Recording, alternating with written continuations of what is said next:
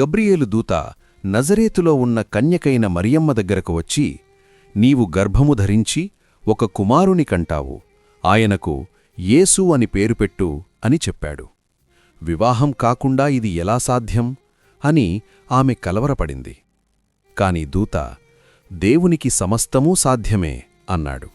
అప్పుడు మరియమ్మ తన భయాలను పక్కనపెట్టి, ఇదిగో నేను ప్రభువు దాసురాలను, నీ మాట చొప్పున నాకు జరుగునుగాక అని ఎంతో దీనత్వంతో సంపూర్ణంగా దేవుని చిత్తానికి తనను తాను అప్పగించుకుంది.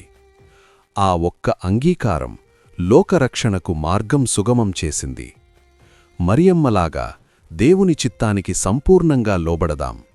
మనకు పరిస్థితి అర్థం కాకపోయినా సరే దేవుని ప్రణాళిక గొప్పదని నమ్మి ముందుకు సాగుదాం.